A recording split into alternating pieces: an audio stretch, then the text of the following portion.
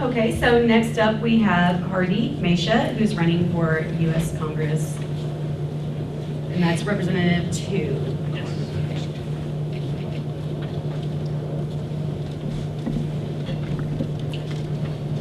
Name's Hardy Macia, running for U.S. Congress, District 2, against Charlie Bass and Ann Custer.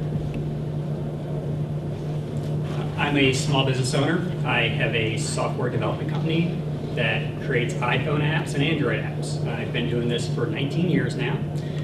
I moved my business to New Hampshire 5 years ago. I now have 5 employees. I hire a bunch of interns from UNH each summer to kind of get them on-the-job experience, because coming out of college, students don't have the job experience they need to go into the workforce and get a job.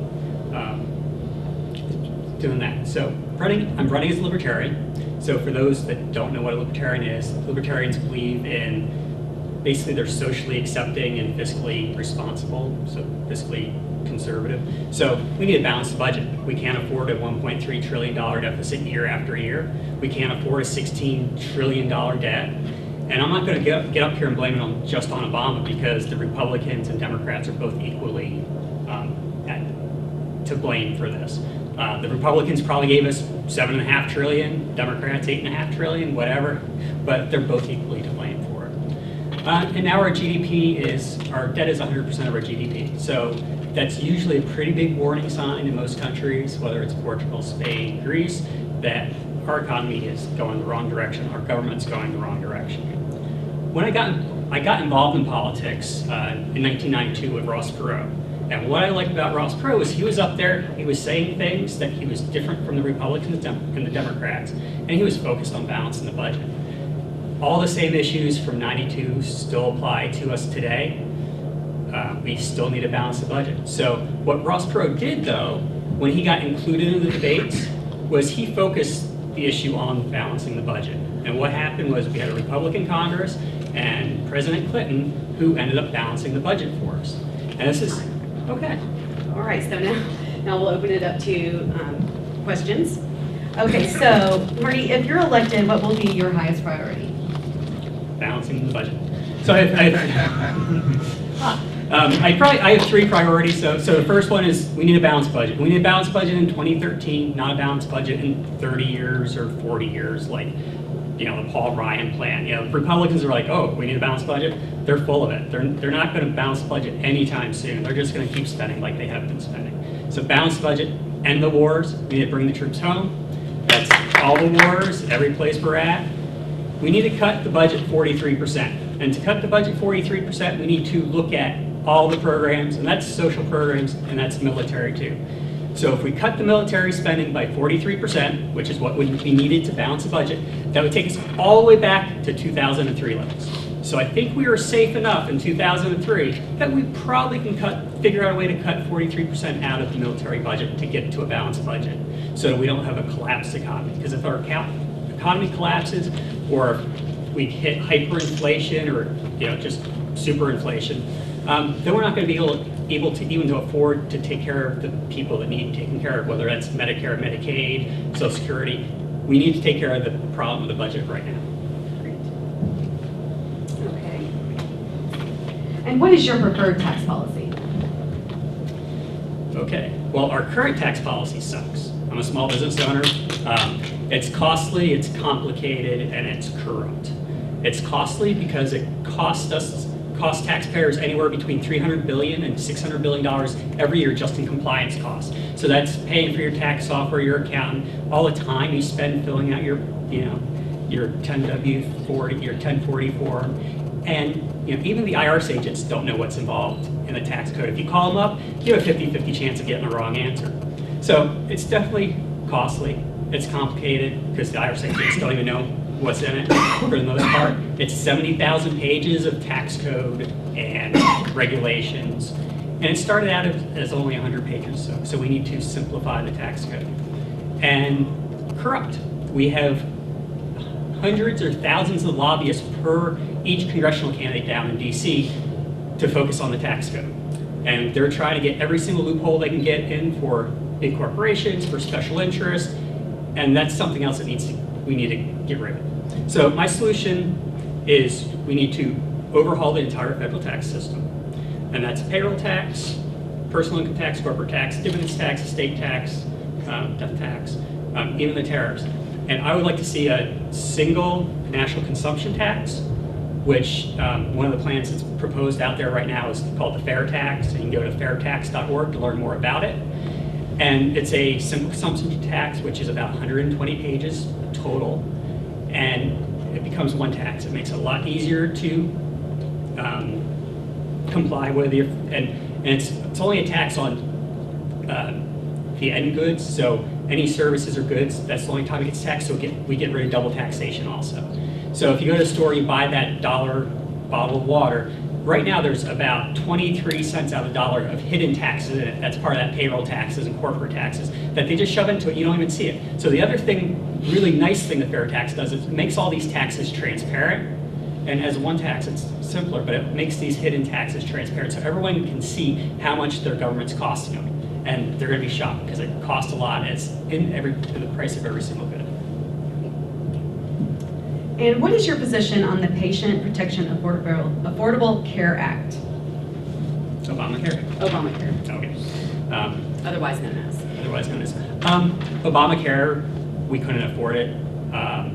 I think it gives out, it's really something that insurance companies put together because they're benefiting greatly from Obamacare because now they have about 40 million new people that have to get insurance, and basically it goes to the insurance companies. But beyond that, it's more than just being against the Obamacare because I think it shouldn't be done at the federal level, it should be done at the state level.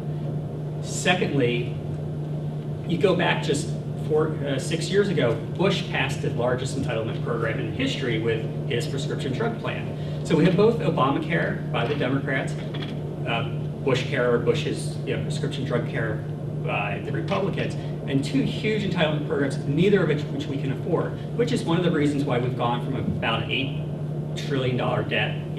Part of that, all that debt, that $16 trillion, is including all these new entitlement programs. Now, as far as getting to the core of the issue is how do you make healthcare cheaper, more expensive, so everyone can afford it themselves? There's lots of different ways to do it. So I would like to see, like I said, get it back to the state level, let the states figure it out. So we can have New Hampshire, we can have Vermont. So if you want a single payer system, do it at the state level. Vermont could have a single payer system. New Hampshire might want a more free market system where you can buy insurance from across state lines at half the price we're currently paying, or you might be able to get your prescription drugs online from Canada or Europe.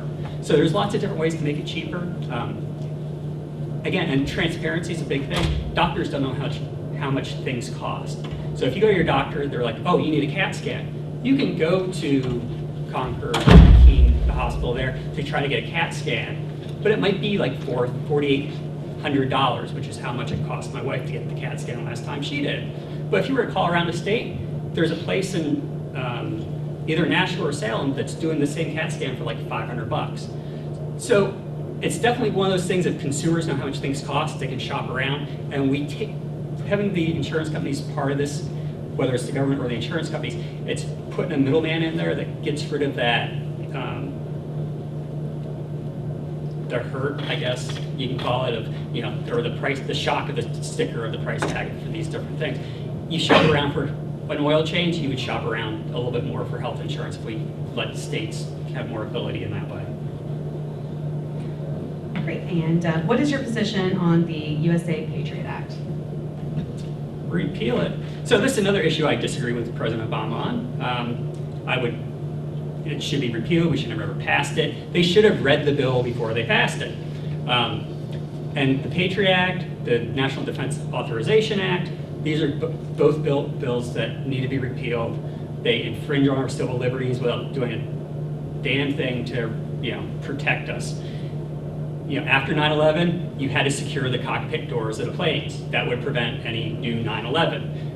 We don't need, I don't even know how many pages, 4,000 pages, 6,000 pages, the Patriot Act. And we don't need it. So the Patriot Act should be repealed. And another reason why I can't vote for Obama again this time, because he reauthorized the Patriot Act. Great, now we'll open it up to questions from the audience. Ron Paul seemed to be the leader of the libertarians. One of the things that Ron Paul is against abortion. I would like to know how it being against abortion is libertarian. I'm pro-choice, so you'll have to talk to Ron Paul about that one. I can kind of give you the debate, because libertarians are split on the abortion issue, just like the majority of the population is. Gary Johnson, our candidate for president, he's pro-choice. His take on it is viability of fetus is when you're no longer allowed to abort a fetus. So that's, second trimester or something. You can abort in the first trimester or something like that. And that's, it's libertarians are typically pro-choice 100% of the time on everything. Ron Paul's take on it is that he thinks life begins at conception. I think it begins someplace else that's kind of foggy. And I think if the government starts outlawing abortions again, then guys will start having abortions. It's just how the government works. It's not going to work. People are going to go out and seek abortions. However they do it, they'll just be illegal. And then we get into a health and safety issue for the women trying to get the abortion. So I think we should keep it legal, keep it safe, and leave it up to the woman. And it should be really between the woman and their doctor. Politicians should stay out of it. Go ahead. Yeah, insurance companies keep 30% of what you send them. And the other reason it's so high is us who are insured pay for those who aren't insured. When we're already treating 100% of us, why should changing the insurance way up the price? Okay, so to repeat the question, insurance companies are already keeping 30%, and why changing the way we do the insurance would it increase the price? Why, if we go to a single payer who, in Canada, the overhead is 4%, in this country, the insurance companies keep 30%. And I don't know what the last insurance company did for you, but I've never even had my temperature taken by an insurance company who keeps 30 cents out of every dollar I send them. Well, I have catastrophic insurance, so I started paying about 120 bucks a month. It's gone up to, I think I'm paying $200 a month now. There's a $5,000 deductible with it, and there is, I also have a health savings And where does account. the average guy get the $5,000? Well, you don't use it unless you need it. So for most people, I haven't needed it since I started my insurance when I was, out of college, and I started buying it. And your employees could come up with $5,000 if they get sick? That's a deductible, so they pay Right. part of it. So the other part of it is I have an HSA. So for the health savings account, each year I can put in up to $2,000. And lots of companies match that HSA. You're not an average guy, income-wise. Sure, well, I'm talking about the yeah. average guy who works for the minimum wage at Uh-huh. Walmart. Okay, But Walmart no has, benefits. well, my sister-in-law works at Walmart, and she gets benefits. So it depends on She's who. a low-wage worker. She's probably middle. Oh, not She doesn't work, she's not a cashier. Anyway, back to your question. So, how's my health insurance company helping me? I have a $5,000 deductible. I haven't had to pay it. I put money into my health savings account to save up for, needs. But that's only because health insurance has been so much. When I started out, it was only $80 a month, and a $2,500 deductible. But we've had governments putting in different regulations, like, now my insurance company sent me a letter saying, we have to raise your deductible because now we have to cover you for pregnancy. Well, I'm never going to get pregnant. I'm a guy. So, but where my health insurance company, I like my health insurance company, is I just came down with Hodgkin's lymphoma 6 weeks ago. So now I have cancer, starting chemo. And so I've hit my 5,000, and they will put you on a payment plan that hospitals will to help you pay for it if you can't afford it out of pocket. So there are ways to get around it, and then the hospitals will also help you out there. Also, just tell me. I'm just wondering, where do you think the hospitals get the money? Somebody is paying that bill. Yes, someone is paying that bill. It's people who have health insurance and their insurance premiums are high, in order for the hospital to be able to skim off money to pay for the uninsured. Yep. If everybody's insured, one hopes that the costs go down. You would For hope. everybody. They'll go earlier before they're in desperate. They could, they might not, or they might go, or they might all go earlier and go for every single cold that you get. But and they go to, hey, my wife has been going to the ER like every other day because her doctor says, go to the ER for whatever it is, because That's the way that they're sending her right now. And she's on Medicaid. She's on Medicaid. She has insurance. And they keep sending her to the ER. So this current system's broken. I mean, I think you can all agree the current system's broken. It's the way, how do we get it fixed? Single payer might work. And I'm saying, I'm okay with single payer. Make it the state level, leave it at, don't do it at the federal level. Because that way we have 50 laboratories of innovation trying to figure out what might work best. And a single payer might be it. And it might be a mixture of single Works payer. in every other modern country in the world. Yeah, we can debate that too, because there's lots of, that's also for debate. It works in lots of countries, but you're also on a waiting list in England, you know? Okay, that's time. Okay. Thank you very much. Oh, I'm sorry, you did get your 90-second statement now. I'm sorry. All right.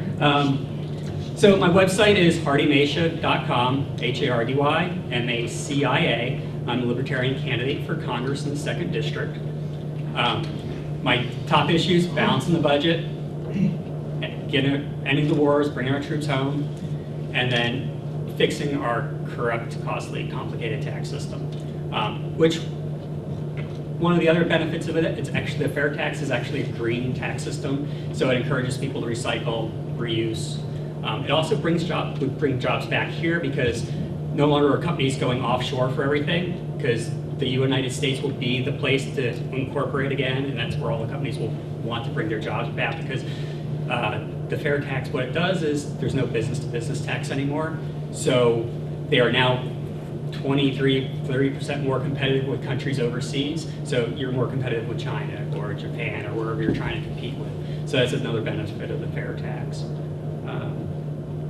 30 seconds. Mm-hmm. Okay. Marijuana was brought up earlier. Legalize it, just like the candidate for representative said.